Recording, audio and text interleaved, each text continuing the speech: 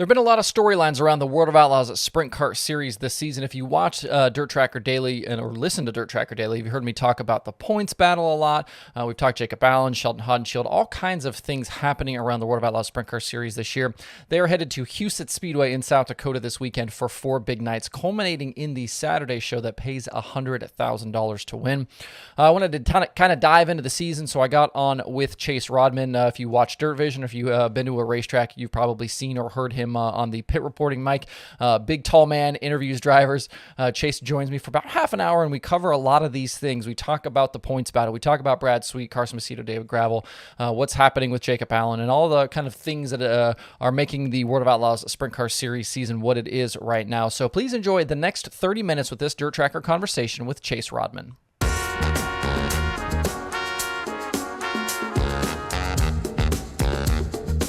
Chase, are you the tallest man in dirt racing?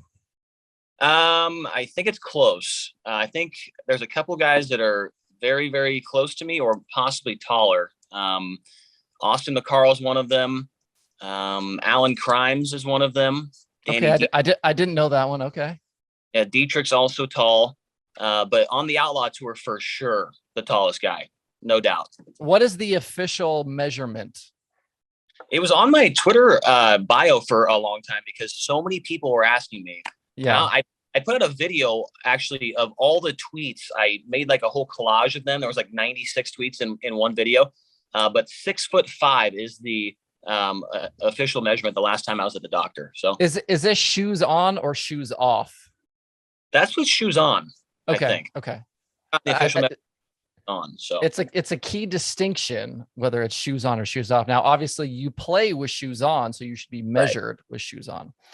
I wanted to have you on the show. Obviously, you are on the road full time with the World of Outlaws Sprint Car Series, have been for a couple of years now. Right off the bat, the kind of back and forth that you have going on right now with Johnny, I feel like has added so much to the DIRTVision broadcast. And I don't know if that's just kind of popped up organically or what it is, but I feel like that's a big thing that we're kind of missing overall in dirt racing is just like some more storytelling and like those chances, like during track work that you guys get to actually just kind of go back and forth, I think has really added something to the broadcast. And I'm wondering like where that came from this year. Well, I think did we do it last year too? Yeah, we did it last year too, but like, I don't know whose idea that was to start doing that. It might've been Johnny's. I'm not really sure. Cause I think the very first race that I did 2 years ago, we did that as well. And I think Johnny must like doing it or whatever. But you're not the first person that said that about, him and I going back and forth talking about it before the main event usually is when we do that, or track prep, like you said. But a lot of people have said it seems like it's very natural and it feels natural, at least to me. So I'm hoping that is the case when everybody's watching at home. So I enjoy doing it. Johnny, I think it's a kind of an interesting combination. Obviously, Johnny is like very serious, by the rules, doesn't like to really mess around when it comes to the broadcast. And I think I kind of am able to offset that a little bit with a little bit of humor here and there, whether that's driving around a push truck or sitting in a canoe or whatever. And I think it's a good combo between the two of us. And it seems like people at home are liking it as well. I find it a little strange talking to you kind of in this format because me and you have been going back and forth for at least a few years now, but your time at World Racing Group kind of started like right as mine was ending. But I feel like I know you because you work with all the same people I used to work with. And obviously me and you have had back and forth before, but give me an idea of just like what it's been like to kind of do this for a couple of seasons now. Like, you started, I think sometime in 2020, like doing some of the iRacing stuff with, when we were kind of in the middle of the pandemic, then you get this opportunity to go on the road. Was this something you were like shooting for? Was this something you wanted? Was this something you had thought about? Like, I know you've raced, but like, was this kind of where you were thinking? Not really. When I was racing, I wanted to be a racer. But then I realized I wasn't very good. And so instead of continuing racing and wasting everybody's money and time, I decided it was better to go a different path. And then after that, I was kind of doing, some social media stuff for some different tracks around Northern California. And then, then I kind of, sprung on me like, hey, you want to announce this race or whatever? That's a different story. But, and then, so I started announcing races, whatever. And then for a while, I was just announcing races and traveling around with Kyler Shaw and Fast Four Media for a long time. And I didn't really think anything of it past that. Like I was like, oh, this could be a career or something. It was just like me, in college still, like kind of when I had a free weekend or whatever, I would go and travel with him and go. We went to a bunch of places the first year I announced, like Idaho and Montana and Washington and Oregon, all over the place. And we drove to all the races.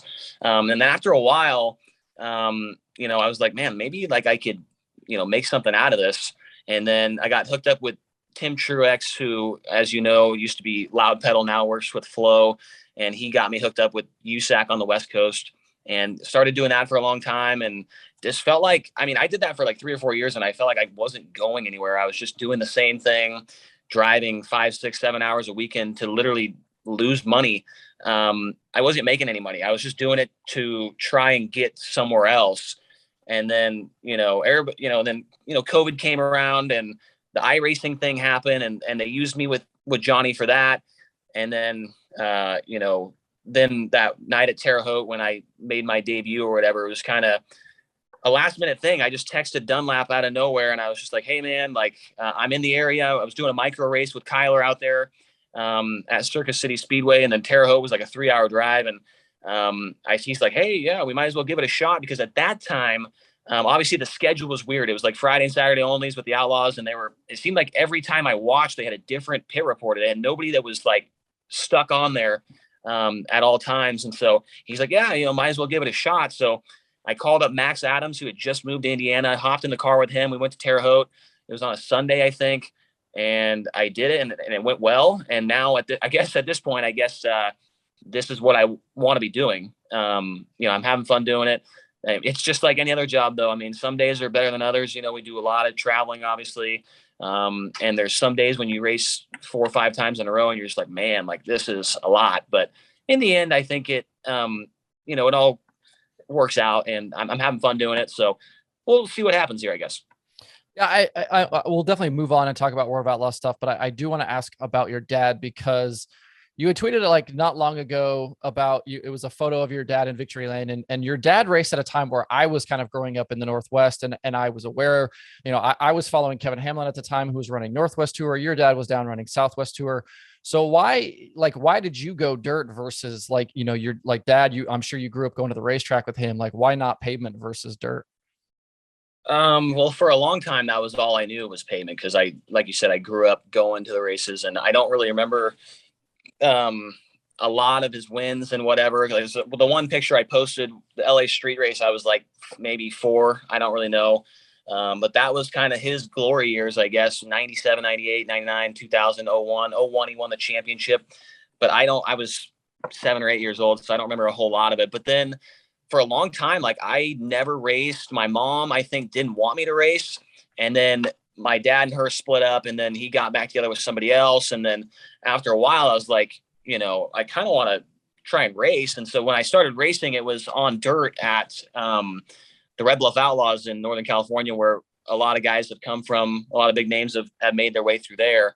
And I started racing in the box stock class or whatever. And, didn't really have a ton of success. There was like 2 weekends in a row where I was leading the main event and spun out all by myself. And then I went up to the 2 class and had a couple of good runs. Like I was running with like Logan Seavey and Tyler Seavey and, all these like guys.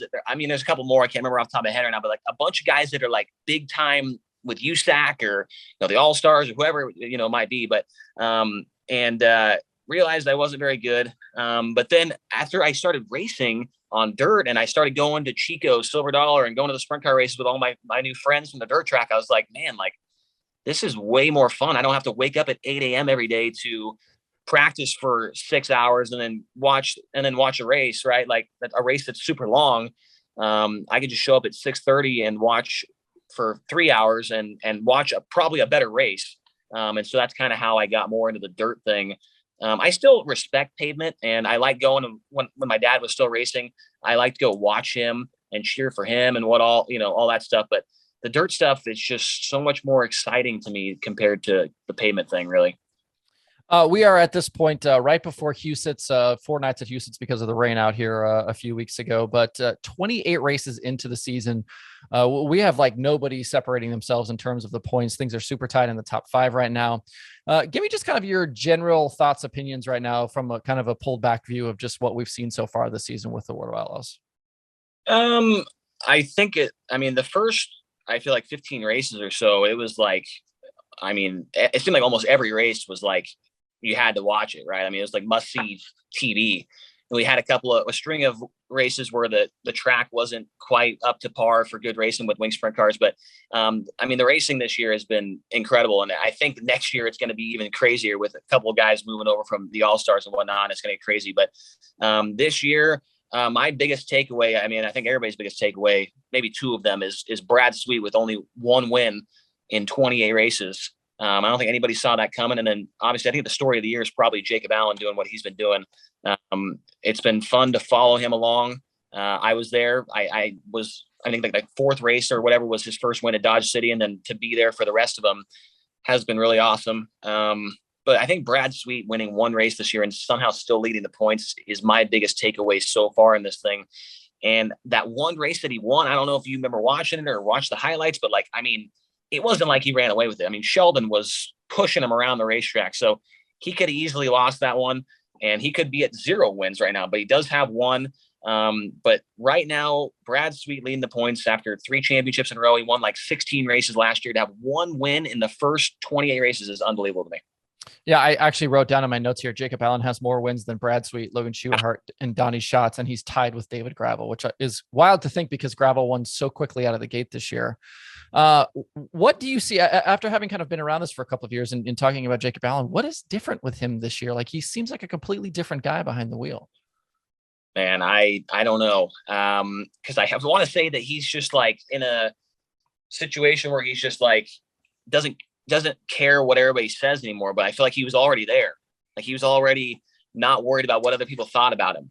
And I think that, Brian Brown put up a tweet a couple weeks or a couple months ago saying that, Jacob was done. Like he was ready to call it quits. And we've heard every year that I've been here, there's been a rumor that Jacob's not, going to finish the season out. And I don't know what has gotten into him, what's changed, if his girlfriend's changed him, if he's working out, if he's doing whatever, but something has changed. And I think that, we haven't really seen him like quit races recently. Usually 3 years ago, like if he's running 19th, he gets lapped, like he's pulling in, right?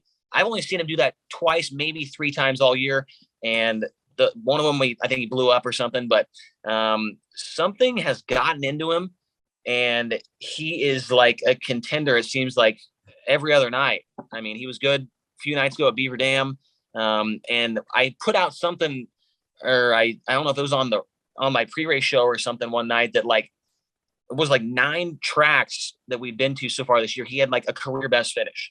Like, it's just like, he's doing something different. I don't know if maybe that Jack Eckert guy that is the crew chief, I don't know if he's figured something out with the car, but completely different guy compared to what I've seen the last couple of years. I mean, you remember back to that win at Dodge City? I mean, that track is not really known for 2 lanes and crazy sliders and whatever. It's kind of just hammer it through the middle. And, that's a race that we would think Jacob Allen could win. But I mean, when he won at Lincoln this year, he had to earn that one. That was driving by people. Yeah, that was not a gift. I mean, he earned that one and that turned a lot of heads. And then at Williams Grove, I mean, he was lead was he leading? Yeah, he was leading and ran out of gas. I mean, ran out of fuel. I mean, it's been fun to watch. And I think he's probably the story of the year in sprint car racing right now. Brad is a guy, obviously, like you mentioned, leading the points, 1 win. I would have thought after the season we saw last year from Brad that we would have seen him come out this year and just win a bunch of races. And I feel like that's when you kind of talk to Brad and you're around Brad, I feel like that's like the one thing maybe he knows he's missing is he hasn't had that one season where he won 20, 25 races.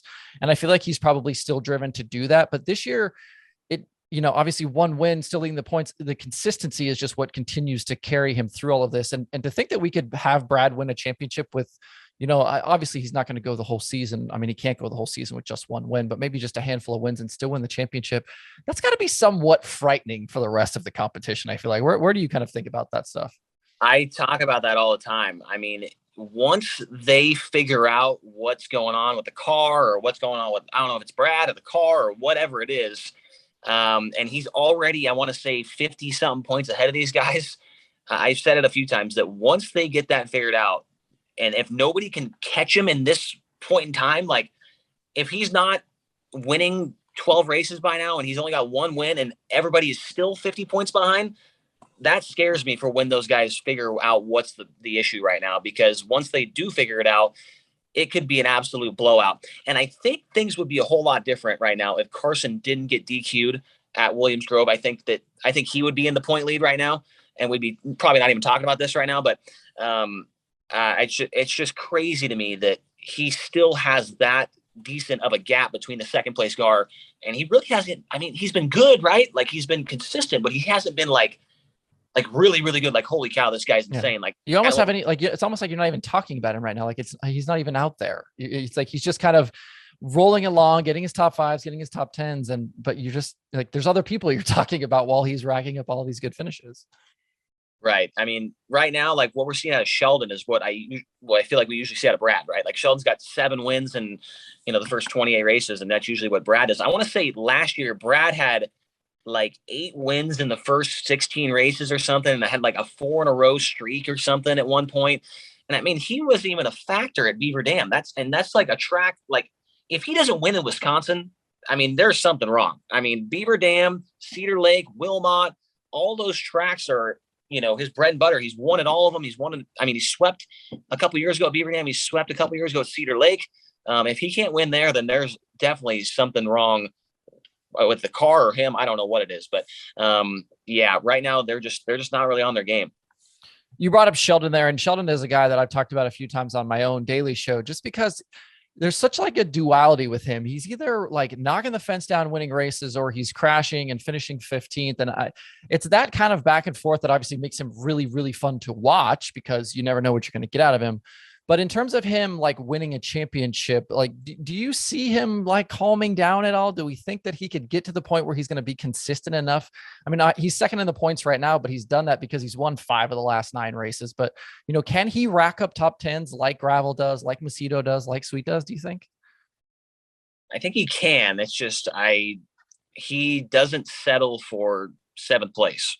He's not going to just ride around. He's going to try and win every race, right? And what he does right now is what sells T-shirts, and that's a big market for Sheldon and Zan and all those. They sell a ton of T-shirts, and what he does right now is sells T-shirts every night, whether it's at Beaver Dam or whether it's at Knoxville, whether it's at Tulare. It doesn't matter where it's at. He's always exciting to watch. You can't take your eyes off him because you don't know what he's going to do next, and obviously that gets him into trouble sometimes. But I mean, his dad was on the Outlaw Tour for how many years and never won a championship with the Outlaws, and won how many races, right? I mean, I don't know if they're related, right? I mean, father and be the same story here. I think it would be really cool to see him win a championship after Jack was not ever able to, accomplish that either. Yeah, for sure. A few other drivers I want to talk about. Obviously, I want to talk about Gravel. He started out so hot. And people were immediately talking about Gravel winning the championship, and he's like really cooled off. He's still getting some decent finishes, but hasn't really had that pace that he had early in the year. And then Macedo, obviously getting that penalty at Williams Grove has kind of changed at least this early part of the season for those guys. I'm with you. I think they're at very least leading the points. I think right now I think they lost 50 something points that night. They would obviously at the very least be second, but where do you see those two guys? And Macedo, especially because I feel like Macedo is a guy that can win the championship, and I think he can win the championship this year. I have questions about even Gravel's consistency, and I feel like we have enough years now seeing Gravel that I wonder about his ability to win the championship. We know he can win a ton of races, but can he also do those things? I'm curious about what you think about those two guys. I think Carson can definitely win the championship. I think he is not in the same realm of Sheldon with the wrecking, trying to win or whatever. Like Carson wants to win a championship. Like he's one of the guys on the Outlaw Tour that I would say I'm pretty good friends with him, I would think. And he tells me all the time, like, man, that's all I want to do is win a championship. And that's on the back of his mind all the time. And we were trying to talk to him after the Williams Grove DQ, tried to get an interview for him for social media. And he was just like, man, I really don't want to talk to you right now. And I was like, that's totally cool. Because I think he realized that I mean, how close he was to taking the point lead. And then for it to just vanish and go from second in points to fourth in points was just a huge blow to him. And I felt bad for him. I really did. And then on the deal with David, I think he can be as consistent as Carson and Brad and all that. And at the beginning of the year, I was talking to a few people and I said that the 2 car is the best car in the country. And then recently, I don't know what's really happened with them. He was on the podium on Friday night, and I could not remember the last time he had been on the podium. I don't know if you have that pulled up or something, but yeah, I can probably pull it up here. I mean, it's been a long time prior to Friday since David Gravel was on the podium. Those guys just haven't really been hitting on all cylinders. I don't know. The last month or two, I feel like they just haven't really been that good. But out of those 2, I think Carson is the biggest threat for the championship with Brad right now. Yeah, looking at Gravel stats, the last time he was on the podium was at Lake Ozark, April 9th. And then before that, it had been a couple of races back that he'd won at Paris. So, but yeah, I mean, you're talking a span of at least 15 races there in between podiums. That's a lot. James McFadden is a guy that I thought we would see more out of this year. And I don't know if anything is different now that it's sort of Roth. I would assume everything is basically still the same in terms of their cars, engines, package and stuff. Justin Adams still crew chief there. But do you see anything crazy there with James? Like, what do you think about his season so far? I feel like we see him crash a lot, and I don't understand.